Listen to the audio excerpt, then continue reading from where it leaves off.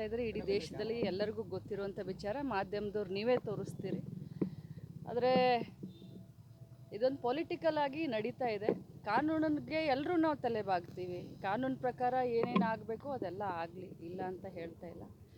But ಈ ರೀತಿ ಹೆದರಿಸಿ ಪದರಿಸಿ black ಮೇಲ್ ಮಾಡಿ ಇದನ್ನೇನು ಮಾಡ್ತಾ ಇದ್ದಾರಲ್ಲ, ಮಾಡಲಿ, ಪರವಾಗಿಲ್ಲ. ಸುಪ್ರೀಂ ಕೋರ್ಟ್ ಆಗಲಿ ಅಥವಾ ಹೈಕೋರ್ಟ್ ಆಗಲಿ ಅಥವಾ ಜಿಲ್ಲಾ ಕೋರ್ಟ್ ಆಗಲಿ ನಮಗೆ ಭರವಸೆ ಇದೆ.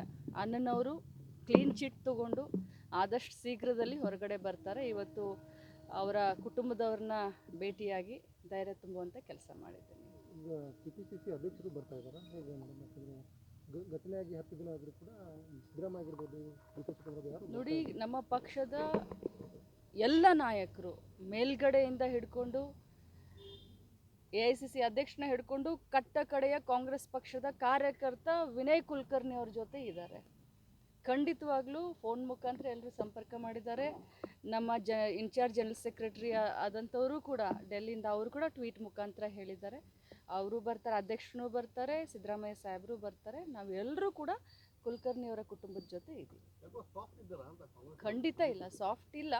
ಇವತ್ತು ಅವ್ರ ಕೈಯಲ್ಲಿ ಅಧಿಕಾರ ಇದೆ, ದುರ್ಬಳಕೆ ಮಾಡ್ಕೊಳ್ತಾ ಇದ್ದಾರೆ. ಇನ್ಕಮ್ ಟ್ಯಾಕ್ಸನ್ನು ಒಮ್ಮೆ ದುರ್ಬಳಕೆ ಮಾಡ್ಕೊಳ್ತಾರೆ, ED ಅವ್ರನ್ನ ಒಮ್ಮೆ ದುರ್ಬಳಕೆ ಮಾಡ್ಕೊಳ್ತಾರೆ, CBI ಒಮ್ಮೆ. ಯಾವ ರೀತಿ ಬೇಕೋ ಆ ರೀತಿ ಮಾಡ್ತಾರೆ. ಸೊ ಹೆದರಿಸ್ತಾ ಇದ್ದಾರೆ, ಪರವಾಗಿಲ್ಲ. ಸತ್ಯಮೇವ ಜಯತೆ. ನಮಗೆ ಈ ದೇಶದ ಕಾನೂನಿನ ಮೇಲೆ ಭರವಸೆ ಇದೆ, ಅದಕ್ಕೆ ನಾವು ತಲೆ ಬಾಗ್ತೀವಿ.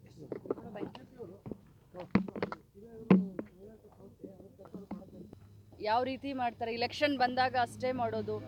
ಬರೀ ಕರ್ನಾಟಕದಲ್ಲಿ ಅಷ್ಟೇ ಆಗ್ತಾ ಇಲ್ಲ, ಇಡೀ ದೇಶದಲ್ಲಿ ಕಾಂಗ್ರೆಸ್ ಪಕ್ಷದವ್ರ ಮೇಲೆ ಯಾವ ರೀತಿ ಅಟ್ಯಾಕ್ ಮಾಡ್ತಾ ಇದ್ದಾರೆ ಅನ್ನೋದನ್ನು ಮಾಧ್ಯಮದವ್ರ ಮುಖಾಂತರನೇ ನಾನು ನೋಡಿದ್ದೆ. Thank you.